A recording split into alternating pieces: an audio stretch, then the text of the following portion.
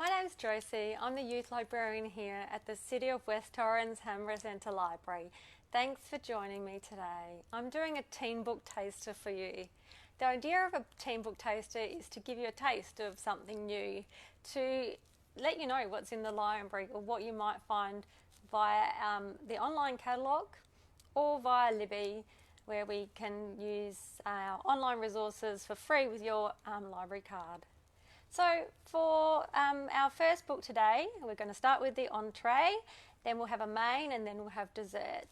So let's get going. You ready? I've got Through My Eyes is a series of books which talks about real life stories of people in conflict zones. And the one I've chosen today is Hasina. So brought to us by Unwin, with thanks. Hasina is written by Michelle Aung. Can you see the title? Yep, beautiful. And I've chosen it because we have done some books recently on refugees, which have been fantastic. But this one's also on the Premier's Reading Challenge. And we've got all of our books here at the library, they're stickered with the relevant Premier's Reading category. And this one is in the 6 to 9. So if you're looking for something to finish off your Premier's Reading Challenge, I'd really recommend this one. The ones that we looked at before on refugees gave us quite a different perspective once a refugee had arrived in Australia. This is actually based in the actual country. So Hasina is from Myanmar, which was formerly known as Burma. It's a country that's had a huge amount of political unrest for many years now. And this is a great insight into what her life looks like in that country. So it's before any unrest really happened. So you get to see what her life is like, and that's really interesting.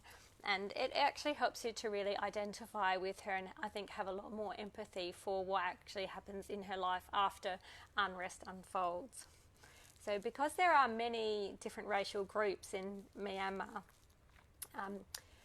Hasina is a Rohingya girl, and her family is persecuted for their religion and their race, and they get basically sent out, pushed out of their own country and their own homes, and their villages are destroyed. Her parents end up fleeing. Hasina is left behind. It's incredibly sad. She loses half of her family, and she's left behind to cope with a horrendous situation of new occupancy where her whole village has pretty much been decimated. So this is a story of her and her survival. It's a great one for talking about resilience and the power of girls and finding inner strength in extremely heartbreaking conditions. It's also very insightful into the lives of people who are living in conflict zones, and it tells you that backstory to the refugee life, which I think is really important for us all to understand. The amount of depth in the story and the authenticity in the voice of the character is truly compelling, and you want to just find out what happens to her. You just keep reading and you just can't put it down, really. It's a great book. I'll just give you a little bit of an insight in just starting it off. Hasina had never heard anything like this strange sound coming from the sky. Toka, toka, toka. It reminds her of her mother's old sewing machine. But instead of coming from another room, it's coming from above.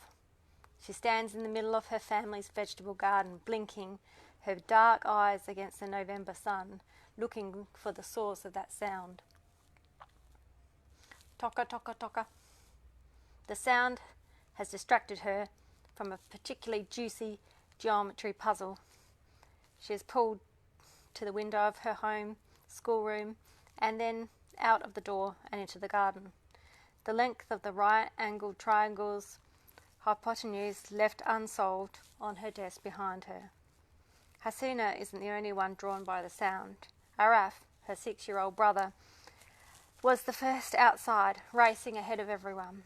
In fact, all the pupils at her aunt Rukai's makeshift homeschool. Tara from the end of the road, Aman and Rosie from the next street over are staring upwards, while the ducks and geese that roam the garden rush about their legs.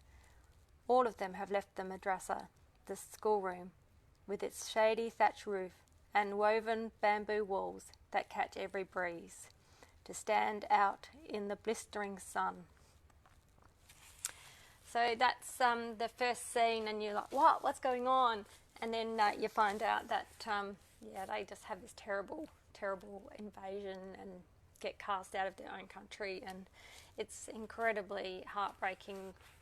But none of it's incredibly graphic, and there is, obviously death. There's some really hard things that happen, but it's very approachable for someone 11, 12 plus, and a good introduction to what it's like to be living in conflict zones. So I recommend that one. I think Hasina in the story is about 14. And for my main today, I chose Finding Nevo. When this one first came out, I was so compelled by this cover. I loved it. It's got all these little words scratched out, and I thought, what an interesting title, Finding Nevo, how I confused everyone. It's got lesbian crossed out. It's got bi underlined, gay underlined, girl crossed out. So it's an autobiography written by Nevo Zisin, and the same author is in this book I featured in our last Teen Book Taster. So there's a story here by the same author, if you like this story. It's really insightful, brought to us by Black Dog Books and Walker Press. So thank you very much to them. If you want to know firsthand what it's like to have gender issues, gender identity issues, then I really recommend this book. It's got a great explanation of all things, all different aspects of those questions and the implications to family life, and finding yourself in amongst these questions and having your family to support you or not support you. It's really interesting.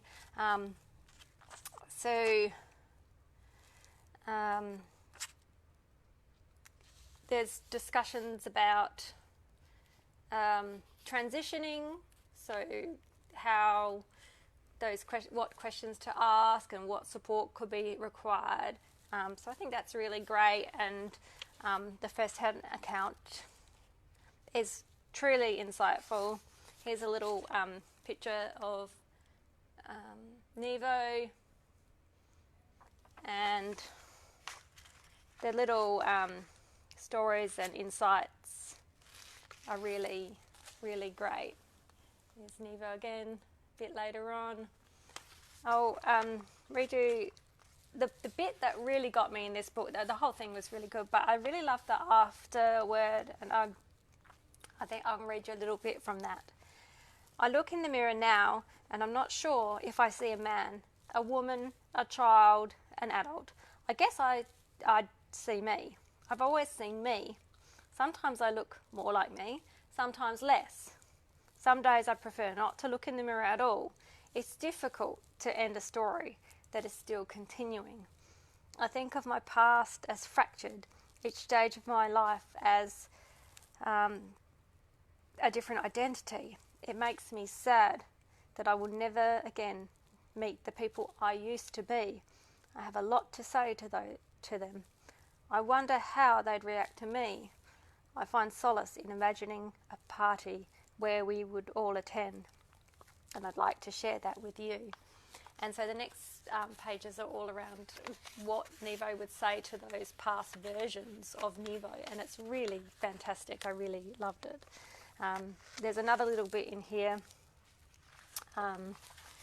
in the chapter called Queerings. Often I've heard it's just a phase and you'll grow out of it, used about me and other queer people in relation to our gender and sexuality. Well, guess what? Everything is a phase. Just like people you can't believe you dated in high school, or that TV show you used to love but can't stand anymore. Of course, you dropped out of, and the course you dropped out of, and the friendship that ended over time. It doesn't mean those things weren't important or meaningful when they happened. It only means nothing is permanent and things change. What would we be if we didn't evolve and grow throughout our lives? The fear of uncertainty around my sexuality dissipated as I began to realise there is no true certainty in something that is destined to be fluid. I felt more confident in identifying as a lesbian, but this came by with its own internal difficulties. I've had to say goodbye to the heteronormative life, a normal heterosexual life with a nuclear family I'd been told I would have. Although things are changing and there's still not a lot of representation in the media of non-normative family structures, I had always felt I would be a parent one day, so it scared me to be a lesbian. I didn't understand how I'd negotiate those two things. I began to mourn the idea of having a husband and kids and tried to comfort myself in the knowledge that no matter my sexuality, I could still be a wife and mother regardless. Things have changed significantly since then. I see more representations of families that could suit the future life I want to have. So, there you go. Now, last of all, not least, but last of all today is pink. Sorry, sorting myself out here. Now, pink is our dessert today, and a nice, light, delicious treat for you. Pink by Lili, Wilkinson, and also brought to us by Alan and Unwin. There is another cover of this book which I actually really liked better than this one, but I didn't get it. It's got a picture of lips, half is bright pink and half is black. And that really, to me, is more of a telling story than this cover. Because Ava, who's the main character of the book, she is working out her own gender identity, much like Nevo, but this is a fiction. And Ava is in this sort of black lesbian relationship. It's all a bit, there's feminism, there's some real stereotypes around, going against the norm, being a lesbian, and, wearing black and those kind of things. And she's got this secret pink sweater that she just loves. And she's curious about whether or not it's okay to be different from this normal that she's created in her life with her lesbian relationship with Chloe, whom she really loves. She has a very accepting family who love Chloe, and she's been put into this lesbian box, and she wants to know if she can open that box and find out what else is out there. So she lies and gets herself out of her school and goes to a new school to reinvent herself. Now, in the new school, it's preppy, everyone's academic, there's lots of rich kids, and there's the really perfect kids, and she wants to be in the perfect kids crowd. Now, of course, things are not that simple. You can't just change schools and just get in the in crowd and everything goes fine. No, that's not going to happen. She makes friends with a girl who accepts her based on, being friendly and, wanting to be nice. But of course, that's not the way things roll either, as we all know about high school life. Then she's encouraged to have a boyfriend, which she's curious about and does want to have a boyfriend. Despite the fact she still has a girlfriend, she wants to have a boyfriend and know if that's possible for her. What is her gender identity? What is her sexual identity? Sorry, not her gender identity. What's her sexual identity? She's still a bit confused and working it out. And is it okay that that's fluid, or, that you're still working it out? These are great questions. And in this story, it's all about finding yourself. Typical teenage issue.